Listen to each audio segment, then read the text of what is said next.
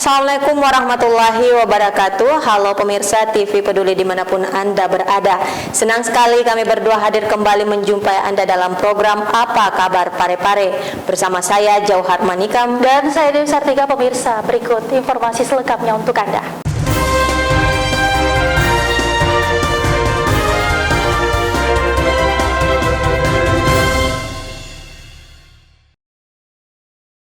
Saudara, sejumlah pengguna jalan terjaring operasi justisi. Pelanggar diberi sanksi dan diberi edukasi agar tetap mematuhi protokol kesehatan.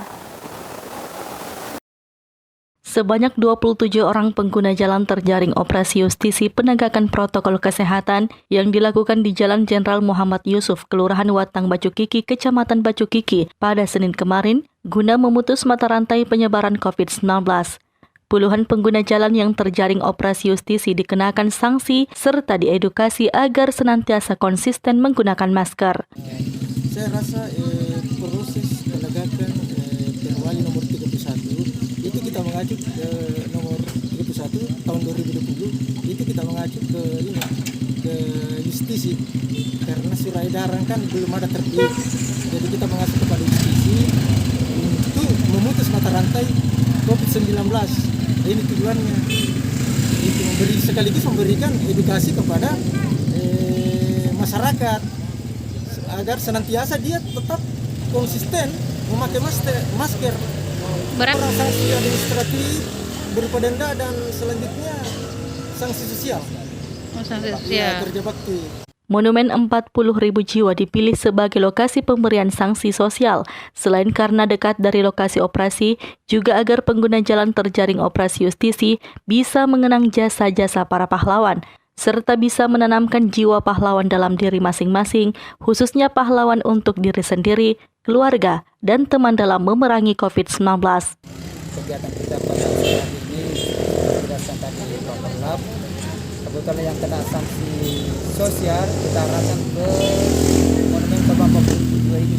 Kenapa memilih ini Pak sebagai tempat untuk dekat dengan tempat justisi, jadi Pak sangat-sangat cocok karena di sini ada tempat pojok-pojok kita ditembak dulu oleh sering, sehingga sebagai bentuk sanksi kita arahkan ke sini supaya mereka juga bisa mengenang pahlawan yang telah mendahului kita. Sri Ayu, TV Peduli mengabarkan. Pemirsa, pemerintah Kota Parepare menyalurkan bantuan beras sebanyak 73.480 kg kepada 7.348 keluarga penerima manfaat. Penerima manfaat dari program ini terdiri atas dua kelompok, yakni Program Keluarga Harapan atau PKH dan juga Bantuan Sosial Tunai atau BST. Sebanyak 7.348 keluarga penerima manfaat yang tersebar di 22 kelurahan di Kota Parepare menerima bantuan penanganan bencana melalui cadangan beras pemerintah atau CBP. 7.348 keluarga menerima manfaat yang tersebar di 22 kelurahan tersebut terdiri dari keluarga penerima manfaat PKH sebanyak 3.230 KPM dan keluarga penerima manfaat BST sebanyak 4.118 KPM. Masing-masing keluarga penerima manfaat menerima 10 kg.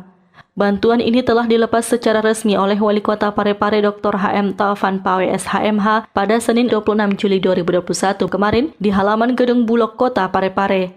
Dalam sambutannya, Wali Kota 2 periode ini mengatakan, pencanangan penanganan bencana melalui cadangan beras pemerintah bagi KPM PKH dan BST di Kota Parepare merupakan tugas negara yang wajib dan seharusnya semua instrumen termasuk tata kelola pemerintah harus hadir sebagai simbol negara.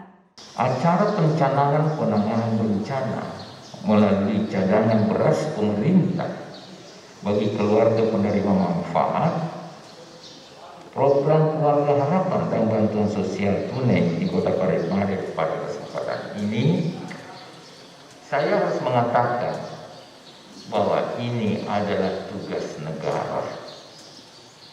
Wajib dan seharusnya semua instrumen negara, termasuk tataran penyelenggaraan tata kelola pemerintahan itu, harus hadir sebagai simbol negara.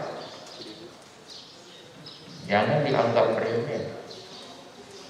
Bulog adalah kementerian, Bulog adalah lembaga non-kementerian, sangat punya peran sekali dalam ketersediaan pangan kita. Dan kalau kita mau jujur, ini selaras sinergi dengan kebijakan pemerintah, dalam hal ini Bapak Presiden. Nah, olehnya itu, apa yang dikemukakan oleh Bapak Bulog tadi, memang kita harus hadir secara bersama-sama pada kesempatan ini, agar supaya kita menggaungkan bahwa negara itu tidak tinggal diam. Negara dalam segala instrumen-instrumen dan simbol-simbolnya hadir dan berperan. Dan semuanya harus terintegrasi. Bencana non alam sekarang ini tidak cukup hanya tim gugus yang punya peran, tidak cukup pemerintah yang punya peran, tidak cukup polisi yang menangani Kamtibmas berperan, tetapi harus terintegrasi. TNI juga harus hadir sebagai instrumen penyelenggara negara. Tidak ada yang tidak boleh hadir. Inilah pentingnya saya mengatakan bahwa penanganan bencana melalui cadangan beras pemerintah ini bagi keluarga penerima manfaat dan program keluarga harapan dan bantuan sosial wajib digabungkan, diimplementasikan, agar supaya para saudara-saudara kita semua yang menjadi dampak dari COVID-19 ini merasa terayomi. Sahril Sandi, TV Peduli mengabarkan. Dituntut memiliki kemampuan dalam kegiatan SAR maupun pertempuran, Brimob Polri Parepare lakukan pelatihan pengetahuan tentang pengolahan citra satelit dan informasi di Lapan Parepare. Puluhan personil Satuan Brimopolda Sulawesi Selatan mengikuti pelatihan peningkatan kemampuan pengolahan citra satelit dan informasi di Lembaga Penerbangan dan Antariksa Nasional Parepare, Jalan Ahmad Yani, Kilometer 6 Bukit Harapan, Kecamatan Soreang, Kota Parepare, Provinsi Sulawesi Selatan pada Senin kemarin. Sebagai personil Polri khususnya Brimopolri, fungsi SAR, pasukan GAG dan pasukan JW sangatlah dibutuhkan. Pengetahuan tentang pengolahan citra satelit dan informasi merupakan sebuah modal yang harus dimiliki seorang prajurit di medan tempur.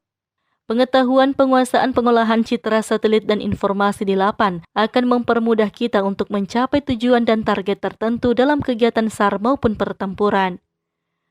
Pengetahuan tentang pengolahan citra satelit dan informasi ini antara lain meliputi navigasi darat atau yang sering disebut NAVRAT. Melalui Humas, Komandan Batalion B Pelopor Satuan Brimopolda Sulawesi Selatan Kompol Sapari mengatakan, Brimob merupakan pasukan elit Polri yang saat ini masih sangat diandalkan dalam menjaga Kamtibmas tetap kondusif.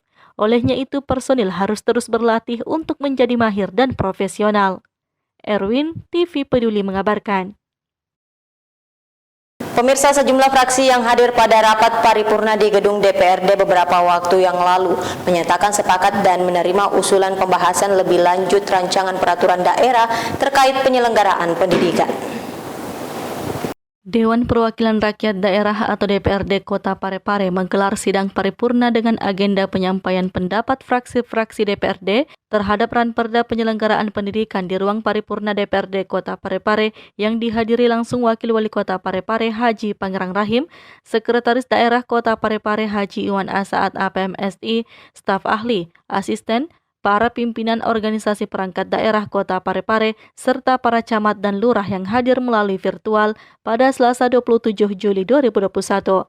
Rapat paripurna tersebut dipimpin Ketua DPRD Kota Parepare Haja Andi Nurhatinati PSSOS, didampingi dua Wakil Ketua DPRD Parepare, yakni Haji Tasming Hamid SEMH dan Muhammad Rahmat Samsu Alam SH. Yang telah melimpahkan rahmat dan berkahnya kepada kita semua, sehingga pada hari ini kita bersama-sama untuk menghadiri dan mengikuti rapat paripurna DPRD Kota Parepare dengan agenda pendapat akhir fraksi-fraksi DPRD Kota Parepare terhadap rancangan peraturan daerah Kota Parepare tentang penyelenggaraan pendidikan. Berdasarkan peraturan Dewan Perwakilan Rakyat Daerah Kota Parepare nomor 1 tahun 2019 tentang tata tertib DPRD Kota Parepare, pasal 120 ayat 1 huruf J, jumlah anggota DPRD Kota Parepare yang hadir dan telah menandatangani daftar hadir sudah quorum sebanyak 14 orang, maka rapat paripurna dapat dibuka. Dengan mengucapkan Bismillahirrahmanirrahim, rapat paripurna DPRD Kota Parepare, rapat ke-47 masa persidangan ketiga tahun sidang kedua tahun 2021, saya buka secara resmi dan terbuka untuk umum. 6 fraksi yang ada di DPRD Kota Parepare sepakat untuk menerima dan membahas lebih lanjut disertai dengan saran serta masukan terhadap ranperda tersebut. Sebagaimana yang disampaikan oleh juru bicara masing-masing fraksi diantaranya Haja Indria Sari Husni Eskom dari fraksi Golongan Karya. Setiap warga negara berhak mendapat pendidikan dan ayat 3 menegaskan bahwa pemerintah mengusahakan dan menyelenggarakan satu sistem pendidikan nasional yang meningkatkan keimanan dan ketakwaan serta akhlak mulia dalam rangka mencerdaskan kehidupan bangsa yang diatur dengan undang-undang. Untuk itu, seluruh komponen bangsa wajib mencerdaskan kehidupan bangsa yang merupakan salah satu tujuan negara Indonesia. Berdasarkan Undang-Undang Nomor 23 Tahun 2014 tentang pemerintahan daerah menyatakan bahwa urusan pendidikan merupakan salah satu urusan wajib yang menjadi kewenangan pemerintah daerah. Dr. Anda Haja Asmawati Zainuddin dari fraksi Nasdem. Sebagaimana kita ketahui bahwa pendidikan nasional bertujuan untuk mencerdaskan kehidupan bangsa dan mengembangkan manusia Indonesia seutuhnya. Di samping itu, pendidikan berfungsi mengembangkan kemampuan dan membentuk watak serta peradaban bangsa yang bermartabat dalam rangka mencerdaskan kehidupan bangsa, bertujuan untuk mengembangkan potensi peserta didik agar menjadi manusia yang beriman dan bertakwa kepada Tuhan Yang Maha Kuasa. Bahwa eksistensi peraturan daerah Kota Parepare tentang penyelenggaraan pendidikan akan bermuara kepada tujuan dan fungsi pendidikan sebagaimana tersebut di atas. Dengan demikian, lahirnya peraturan daerah tentang penyelenggaraan pendidikan nantinya akan menjadi bingkai dalam mencetak putra-putri terbaik Kota Parepare yang menguasai ilmu pengetahuan dan teknologi, yang beriman dan bertakwa kepada Tuhan Yang Maha Esa, berakhlak mulia serta kreatif dan mandiri. Haji Yaksmin Rahman SE dari Partai Demokrat. Fraksi kami mengucapkan terima kasih kepada pimpinan Dewan yang telah memberikan kesempatan kepada fraksi Partai Demokrat untuk menyampaikan pendapat akhir. Demikian pula ucapan terima kasih dan apresiasi kami sampaikan kepada Bapak Wali Kota Parepare beserta jajarannya yang telah melakukan pembahasan sesuai dengan jadwal yang ditetapkan oleh Badan Musyawarah. Rapat paripurna Dewan yang terhormat hadirin yang berbahagia. Pendidikan merupakan hak mendasar yang harus dijamin oleh negara. Kualitas mental, emosional, dan intelektual bergantung pada kualitas pendidikan yang diselenggarakan. Di sisi lain, pendidikan adalah membuat manusia yang mengenyam pendidikan mampu meningkatkan kualitas hidupnya, baik secara individual maupun kelompok. Keberhasilan suatu negara dalam mewujudkan kemakmuran dan kesejahteraan juga bergantung dari adanya pendidikan yang berkualitas. Insinyur Haji Andi Amir Mahmud dari fraksi Gerindra. Berdasarkan Undang-Undang Nomor 23 Tahun 2014 tentang pemerintahan daerah, yang antara lain menegaskan bahwa pendidikan merupakan urusan pemerintah wajib yang berkaitan dengan pelayanan dasar.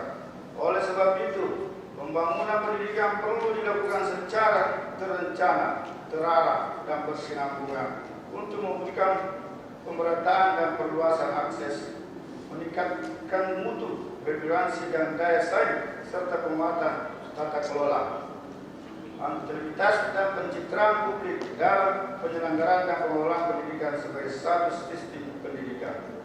Rudi Najamuddin dari fraksi Persatuan Bintang Demokrasi. Paripurna Dewan dan hadirin yang saya hormati. Pendidikan nasional berfungsi mengembangkan kemampuan dan membentuk watak serta peradaban bangsa yang bermartabat dalam rangka mencerdaskan kehidupan bangsa. Bertujuan untuk berkembangnya potensi peserta didik agar menjadi manusia yang beriman dan bertakwa kepada Tuhan Yang Maha Esa, berakhlak mulia, sehat, berilmu, cakap, kreatif, mandiri, dan menjadi warga negara yang demokratis serta bertanggung jawab.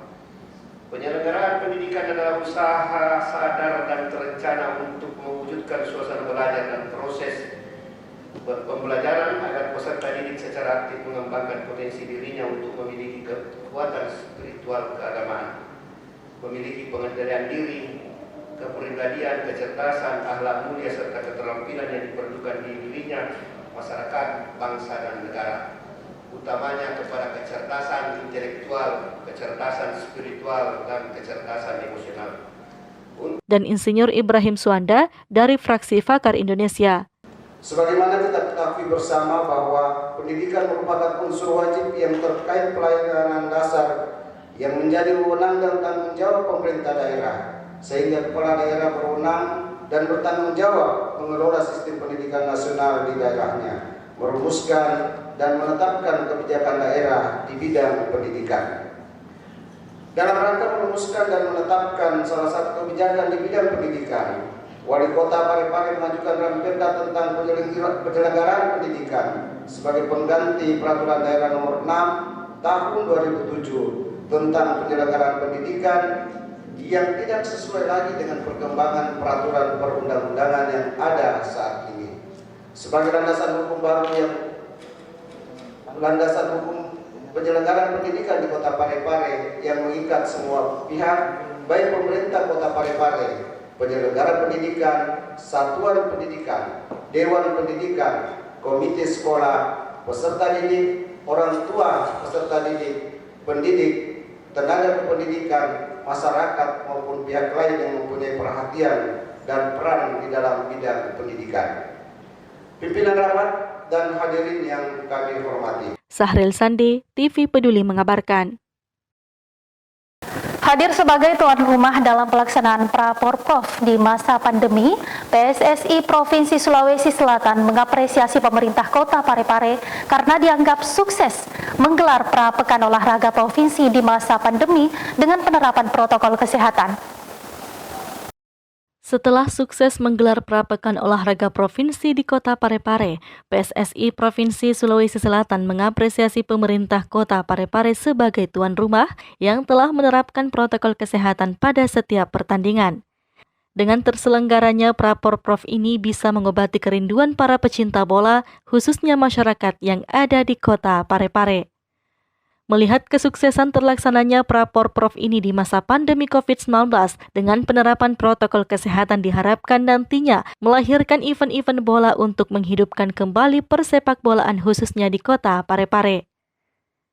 Hal tersebut diungkapkan Sekretaris PSSI Provinsi Sulawesi Selatan Ahmad Jafri usai berakhirnya laga terakhir grup 4 yang mempertemukan Askot Parepare dan Askap Pinrang pada Senin sore kemarin. Terima kasih banyak, kami dari Asosiasi PSSI Sulawesi Selatan telah melaksanakan Praporprov grup 4. Alhamdulillah sampai hari ini berjalan sebagaimana mestinya karena kita melalui protokol kesehatan yang ketat. Saya minta terima kasih banyak kepada pemerintah Kota Parepare yang telah menjalankan protokol kesehatan sebagaimana mestinya, ya. Sekalipun kita melihat pandemi ini semakin meningkat, tetapi kita juga harus menghibur rakyat dengan protokol kesehatan yang sangat ketat, ya. Karena mereka juga bisa kita dengan sepak bola itu mereka juga bisa menghilangkan stres kepada masyarakat kita, terutama masyarakat yang ada di Kota Parepare.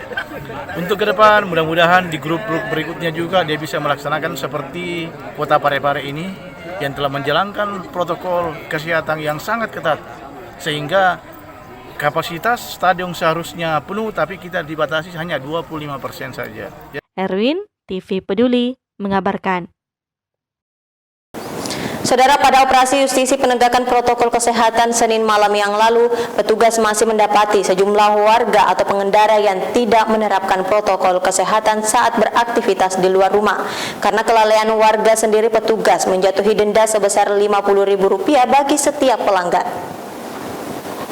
Puluhan pengguna jalan terjaring operasi justisi penegakan protokol kesehatan pada Senin malam. Mereka pun diganjar sanksi mulai sanksi administrasi hingga sanksi sosial sesuai Perwali nomor 31 tahun 2020. Penegakan protokol kesehatan digelar tim Satgas COVID-19 di Jalan Sultan Hasanuddin, Kecamatan Ujung Kota Parepare, Provinsi Sulawesi Selatan pada Senin malam. Banyak pelanggar protokol kesehatan mencoba melawan petugas. Ada yang mencoba menerobos petugas hingga perang mulut dengan petugas. Dengan cara humanis, petugas kemudian melakukan tindakan tegas dan memberikan sanksi. Sanksi diberikan kepada masyarakat yang sama sekali tidak memiliki masker, dan beberapa pelanggar protokol kesehatan memilih membayar denda administrasi sebesar Rp50.000. Sementara pelanggar protokol kesehatan lainnya memilih sanksi membersihkan fasilitas umum hingga push-up. Ini adalah kegiatan justisi penegakan Perwali 31 tahun 2020 tentang protokol kesehatan di Kota Parepare. Sambil kami menunggu surat edaran terbaru dari tim gugus penanganan COVID Kota Parepare, kami melaksanakan kegiatan justisi. Di mana kegiatan justisi ini terdapat beberapa pelanggar yang tidak menggunakan masker, baik yang menggunakan roda 2 maupun roda 4. Khususnya yang menggunakan roda 2 diberikan sanksi sosial, diberikan kerja sosial, maupun yang roda 4 diberikan sanksi administratif merupakan denda Rp50.000. Tadi berapa orang yang kedapatan melanggar? Untuk malam ini kami dapatkan yang melanggar tidak menggunakan masker kurang lebih 20 orang. Kami berharap dengan kegiatan ini dapat meningkatkan kesadaran masyarakat, khususnya pengguna jalan terkait dengan Perwali 31. Erwin, TV Peduli mengabarkan. Saudara, baru-baru ini Wali Kota Parepare Dr. H.M. Taufan Pawe SHMH hadir pada launching perdana penyaluran beras PPKM 2021. Dalam sambutannya, Dr. H.M. Taufan Pawe SHMH mengungkapkan Perum Bulog Parepare terdepan di luar Pulau Jawa dengan kapasitas daya tampung 130.000 ton. Wali Kota Parepare mengungkapkan keberadaan Perum Bulog di Kota Parepare merupakan yang terdepan di luar Pulau Jawa. Dengan kapasitas daya tampung 130.000 ton, di mana peran Bulog itu sendiri sangat komprehensif.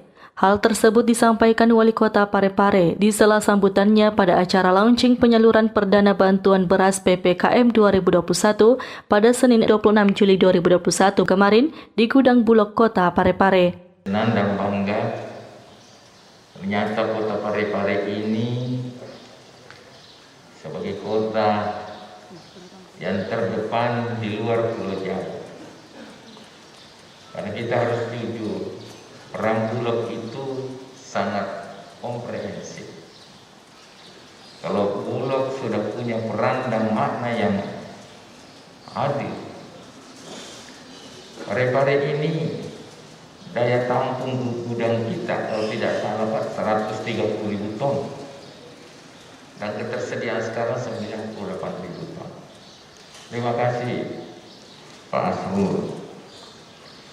Sementara itu, pimpinan cabang Perum Bulog Subdivre Parepare Asrul Talamma dalam laporannya menyampaikan stok beras yang ada di Perum Bulog Subdivre Parepare saat ini sebanyak 98.000 ton. Dari stok beras yang ada tersebut, Asrul Talamma mengungkapkan untuk periode Januari hingga bulan Juli 2021, Perum Bulog Subdivre Parepare telah menyuplai beras sebanyak 11.500 ton, di mana Perum Bulog Subdivre Parepare tidak hanya menyuplai beras di Parepare saja, tapi juga sampai ke Sumatera, NTT, bahkan seluruh wilayah Indonesia. Juga sampaikan Pak, stok kita sekarang yang ada di sini sebanyak 98.000 ton. 98.000 ton Pak, 98 juta kilo ya. Nah, itu Pak. Jadi untuk stok kita nasional dari Parepare di Parepare ini Pak, bukan untuk memenuhi kebutuhan kita di sini. Periode Januari sampai saat ini kita sudah mengirim beras mulai ke seluruh pulau di Indonesia, mulai dari Sumatera sampai NTT. Periode Januari sampai saat ini sudah ada 11.500 ton keluar Pak. Sekarang lagi pemuatan untuk ke NTT 1.900 ton. Ini kebanggaan di Sulawesi Selatan yang diperhitungkan itu Parepare. Itu saya lama di Papua Pak, yang terkenal Parepare. Saya awalnya Parepare mana ya? Alhamdulillah Pak, ternyata karena gudang kita yang terbaik, terbesar di Indonesia Timur dan stoknya alhamdulillah kualitas baik. Sahril Sandi, TV Peduli mengabarkan. Pemirsa, setelah Parepare menyapu bersih lawannya pada 2 pertandingan di grup 4, sang Green Force berhasil meraih puncak klasemen grup 4 dengan total 7 poin dan berhak melaju pada Pekan Olahraga Provinsi di Kabupaten Sinjai dan Bulukumba mendatang. Tim sepak bola Askot Parepare berhasil lolos ke Pekan Olahraga Provinsi Sulawesi Selatan yang ke-17 tahun 2022 mendatang. Hal itu setelah Parepare menyapu bersih 2 kemenangan pada 2 pertandingan di grup 4 dan bermain imbang pada laga terakhir melawan Askap Pinrang pada Senin sore kemarin. Hasil ini membuat sang Green Force berhasil meraih puncak klasemen grup 4 dengan total 7 poin dan berhak melaju pada Pekan Olahraga Provinsi yang ke-17 tahun 2022 di Kabupaten Sinjai dan Bulukumba. Alhamdulillah bisa dipastikan tim sepak bola Parepare Porprov berhasil keluar sebagai juara grup dan berhasil melangkah ke Porda Sinjai Bulukumba tahun 2022. Nanti selanjutnya apa saja persiapan nanti Pak untuk? Persiapannya mungkin kami akan pertama mengevaluasi tim Parepare. Yang kedua kami akan melaksanakan latihan jangka panjang mengingat pertandingan Porprov Sinjai Bulukumba masih ada waktu kurang lebih 1 tahun. Erwin, TV Peduli mengabarkan.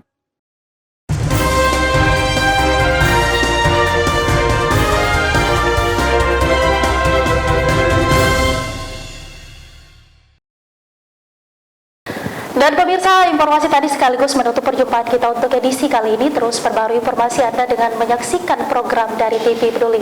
Saya Dewi Sartika. Saya Johar Manikam pamit undur diri. Terima kasih atas kebersamaan Anda dan sampai jumpa.